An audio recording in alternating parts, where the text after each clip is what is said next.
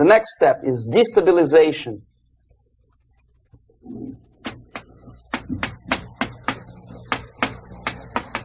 Again, this word says for itself what it is. To destabilize all the relations, all the accepted institutions and organizations in a country of your enemy. How you do it? You don't have to send up a battalion of KGB agents to blow up bridges. No. You let them do it themselves. The area of application is, again, it's narrower now. Not like the previous case. The overt legitimate actions of the KGB in this case would be hardly noticeable. There is no crime if a professor who recently went to USSR introduces a course of Marxism-Leninism in a Californian college, for example. Nobody is going to come to his doorstep and say, okay, mister, come, you are under arrest. No, it's not a crime. It's not even considered a moral crime against your country. So the area of application here is narrowing down to economy, again, labor relations, right? To law and order, plus military. And economy, law and order. Yes, and again, the media, but wider scope, little bit different. I'll explain it later. Okay, basically 3 areas. Economy. The radicalization of bargaining process. If on that stage we still could achieve, theoretically, some positive compromise between the negotiating sides with say, arbitrary, introduction of arbitrary judges, a third side, objectively judging the demands of both sides. Here it's radicalization. On the stage of destabilization, we cannot come to compromise even within a family. The husband and wife couldn't figure out which is better. Husband wants his kids to eat at the table, and wife wants a child to roam around the room and drop food all over the floor. They cannot come to compromise unless they start a fight. It's impossible to reach a compromise, constructive compromise, between neighbors. Some people say, I don't like you to watering your lawn at that time because exactly at that time I'm walking my dog and he's getting nervous. He cannot pass his bowels, you know. So they cannot compromise. They go to a civil court or something like that. Radicalization of human relations. No more compromise. Fight, fight, fight. The normal, traditionally accepted relations are destabilized. The relations between teachers and students in schools and colleges. Fight. The relations in economical sphere between laborers and employers are further radicalized. No more acceptance of the legitimacy of demands of workers. Unlike Japanese, with the theory Z, if you ever heard about it, where the workers are involved in the decision-making process, therefore they don't have moral incentive to fight their bosses. In the United States, it's just the opposite. The harder is the fight, the better. The more heroic they look. When the Greyhound network was on strike recently, the correspondents of local TV networks all over the United States were approaching the strikers, and they say, oh yes, we are doing something nice. They look like heroes and they were proud. There was some family, the husband was bus driver. Now they decided in a protest against the bosses to camp somewhere in the forest. And they were presented to the audience as a heroic, nice people. You see? The violent clashes between passengers, picketers, and the strikers are presented as something normal.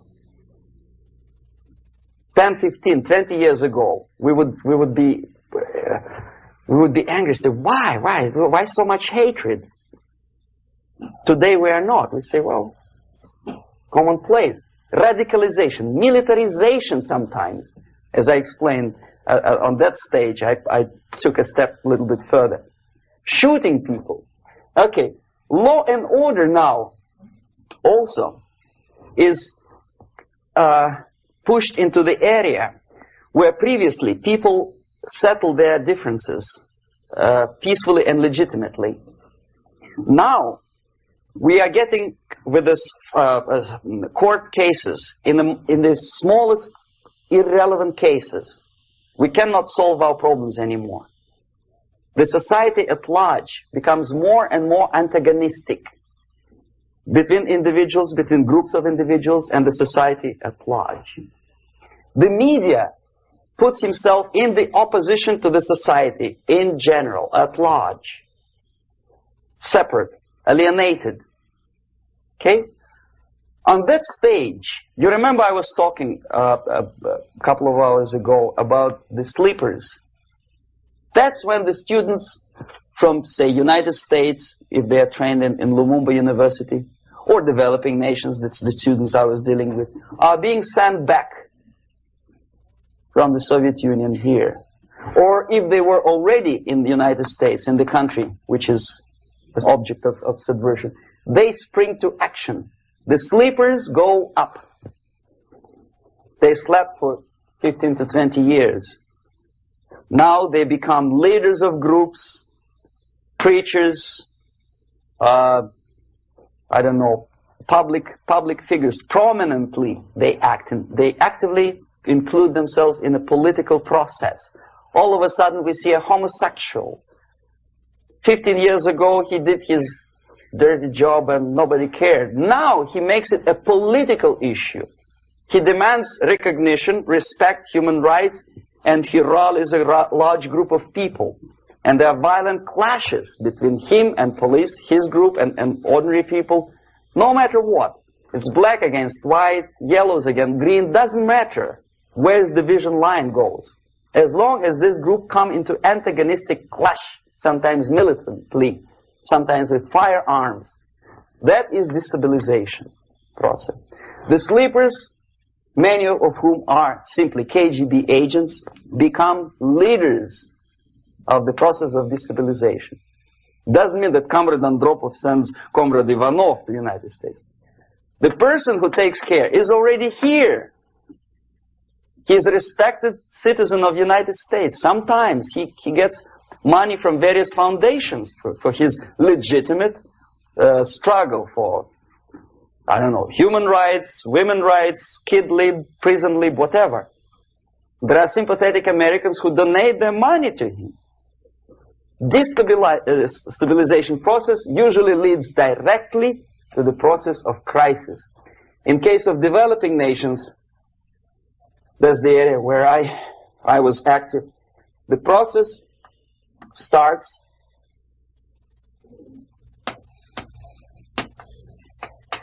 when the legitimate bodies of power, the social structure collapse. It cannot function anymore. So instead, we have artificial body injected into society, such as non-elected committees. You remember I was talking about them here. Social workers who are not elected by people, media who are self-appointed rulers of your opinion, some strange groups which claim that they know how to lead society forward. They don't usually. All they care is how to collect donations and sell their own concocted ideology, mixture of religion and ideology. Here, we have all this artificial body claiming power. If the power is denied to them, they take it by force. In case of Iran, for example, all of a sudden we have revolutionary committees. What kind of revolution? There was no revolution yet, and yet they had the committees.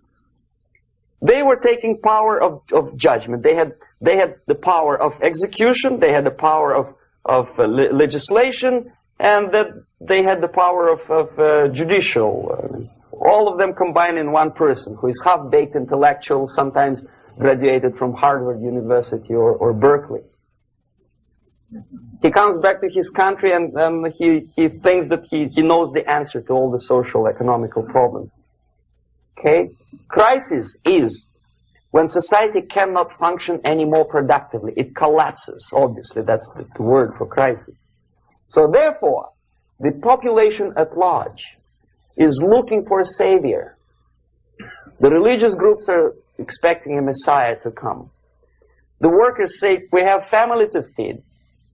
Let's have a strong government, maybe socialist government, centralized. When somebody put the employers on their place and let us work. We are sick and tired of going to strike and missing overtime and all that stuff. We need some strong man, strong government, a leader, a savior is needed. Population is sick and tired already. And here we are. We have a savior. Either a foreign nation comes in, or the local group of leftists, Marxists, no matter what they call themselves, Sandinista, a reverend or some sort, Bishop Muzureva, like in Zimbabwe, doesn't matter. A savior comes and says, I will lead you. So we have two alternatives here. Civil war and invasion. Okay? See how it goes? Civil war, we know what it is. Lebanon is the best example.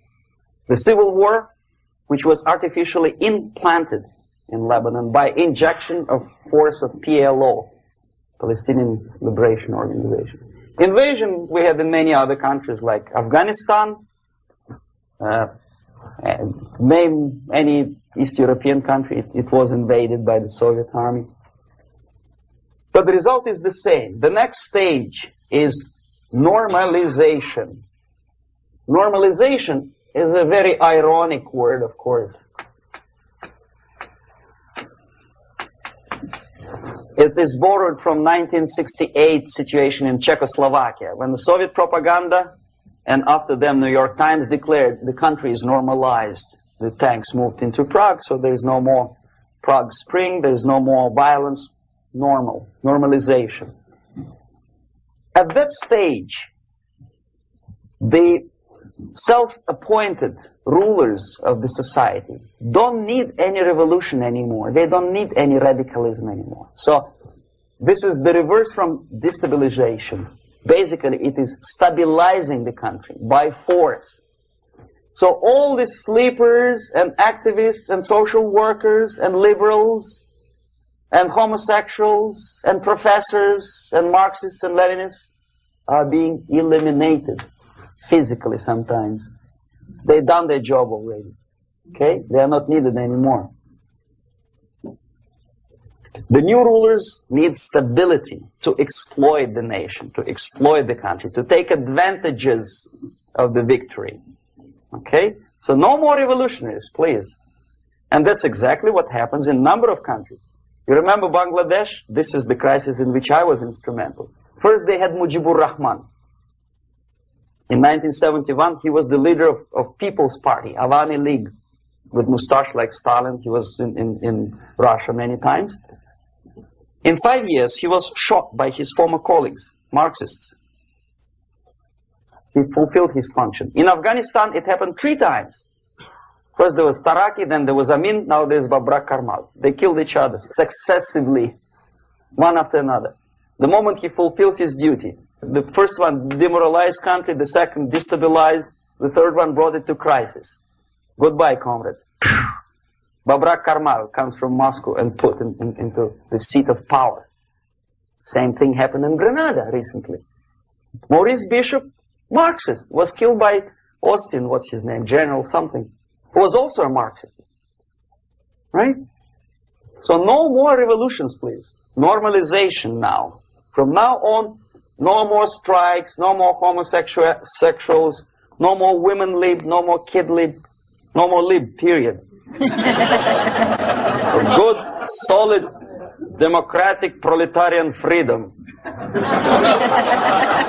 That's it.